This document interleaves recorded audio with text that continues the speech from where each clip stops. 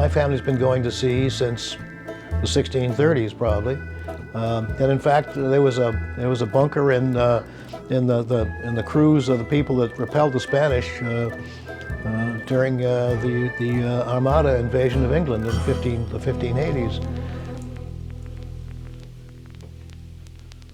I think I was 8 years old. I was on a collier. My dad was the chief, and I was the ship's boy, essentially. I got $3 a week. But we used to get into New York, and I would go ashore with the scullery crew or the messmen, and they would buy groceries. Well, once we'd loaded up this day particularly, the guys that were all feeling, getting a little dry on the throat, so before they went back to the ship, they wanted to slake their thirst a little bit. They had a favorite gin mill they would go to, and they kind of cut me loose on the street. And I had seen down the street there was a cannon sitting on the sidewalk. And I thought, oh, that's neat, I want to go see that. Well, it turned out to be an historic arms dealer who dealt in all kinds of antique weaponry, antique arms, armor, great stuff. And he had a barrel full of swords. And he took a shine to me, and he gave me a sword for whatever money I had in my pocket, which I think was probably $4 or $5. It wasn't a lot of money.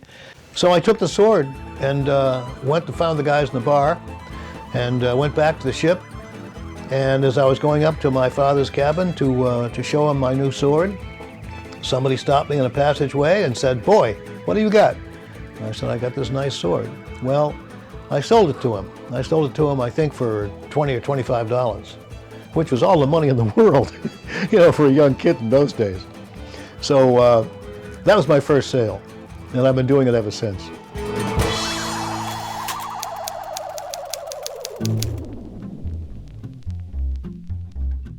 I come from a long line of crafty Mainers. Most Mainers in the old days, working people, had to do 5 things to make a decent living and to raise a family. My father used to say, if your hands can do what your mind envisions, then life will always be good for you. You'll always have some money in your pocket, you'll always have a meal, you can always take care of your family. So make your hands do what your mind envisions, and the rest will be easy.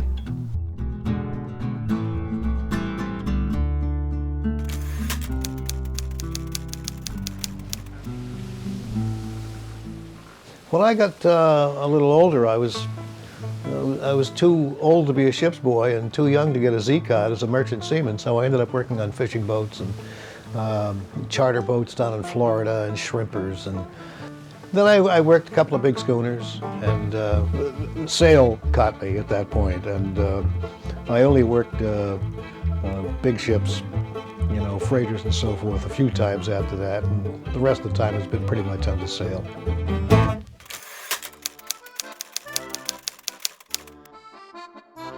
In the 1820s, 1830s, when the old sailors were retired and had lost a limb, of course they didn't have the programs like they have now, but you could get a government-issued leg.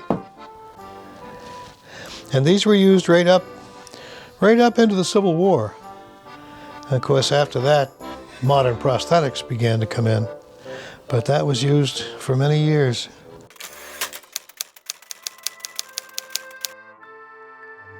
I went to Vietnam. I was in Vietnam for a year, and that was enough.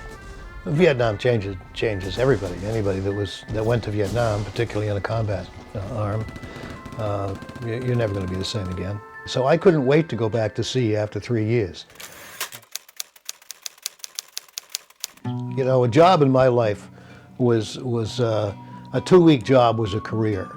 But whatever I was doing, I was a blacksmith, short order cook, I did all these crazy jobs.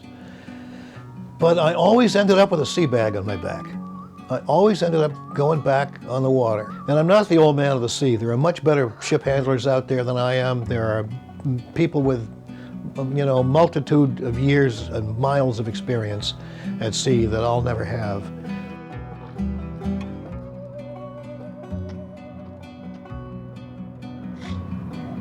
Well, they had this locker here.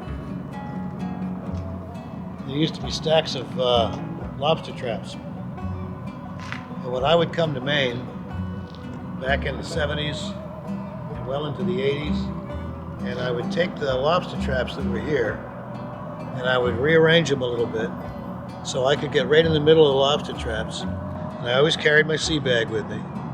And I would lay my sea bag down as a pillow, and I would have a nice jacket I could put over me, and I would sleep here at night. Because I had enough money to come up here and to kick around and to pay, buy gas, but I didn't have enough money to buy hotel rooms. And so this was where I stayed. Everybody has their own astrological sign. Well, mine, I was born under the sign of the Scrounge. I keep salvaging and gathering things, and they have to go somewhere, so it piles up all around me.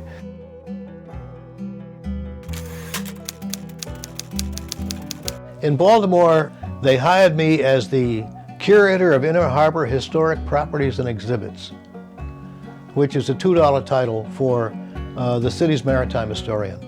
Baltimore was a great town to find stuff in those days because they were closing a lot of the old shipyards, and so all kinds of great stuff was coming to light. And I began gathering it, and I've been gathering stuff for years for other dealers. So I thought, why don't I just do my own shop?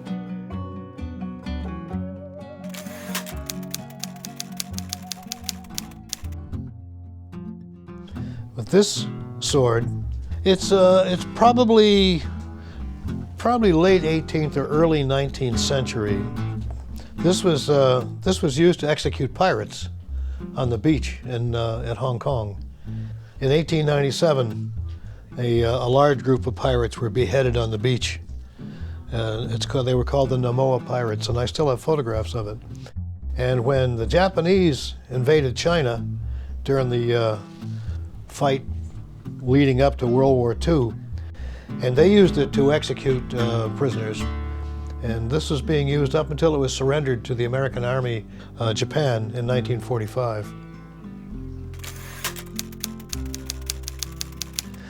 The years went on, and I had the business going, and I was doing quite well. And friends of mine, they took me off to a bar, and I met this nice girl.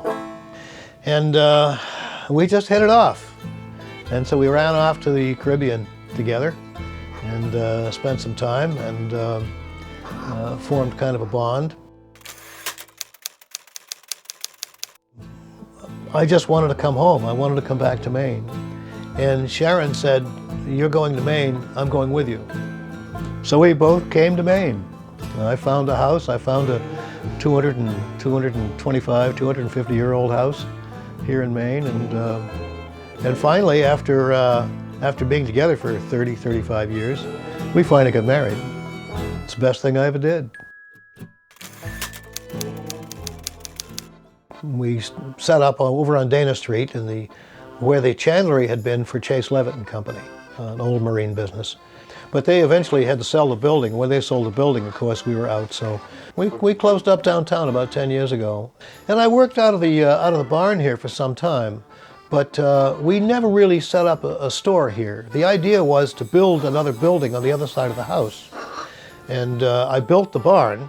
And of course, we had this 240-year-old house or whatever it is. And we built the barn that kind of went with it. But I built that as workshop and studio. So that's where I do my painting. That's where I do the restoration work. But I always have things to fix. I always have things to restore. Also, I still do carving. I still occasionally do a ship's figurehead. I do name boards for ships.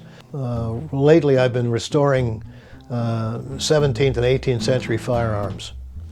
That's just kind of weird, but I love the technology of it. I love the primitive technology.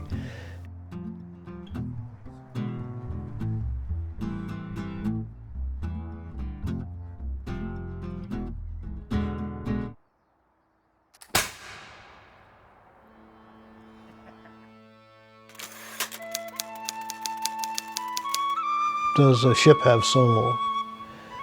The ship by itself, no, it doesn't. It has what you put in it. It has what people put in it. It has what it does and how it changes life around them. It's only just a bunch of wood and metal, if that's what you let it be. There's a stack of telescopes over here, including probably the oldest telescope in America. The things those scopes have seen, they can't tell you, but when you get to know them, and when you end up using them, when you end up researching them, finding out more about them, when you end up restoring them, that's when you get to know them. And you realize that the soul that ships and artifacts and tools have is largely what you and I put in them. History is so important. We need to know what the past was for our own future.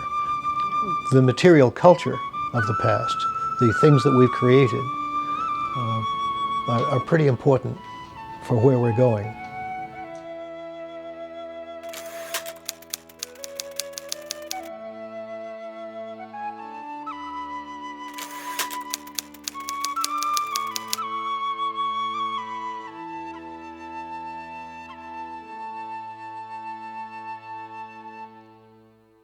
A sea maid sings on yonder reef,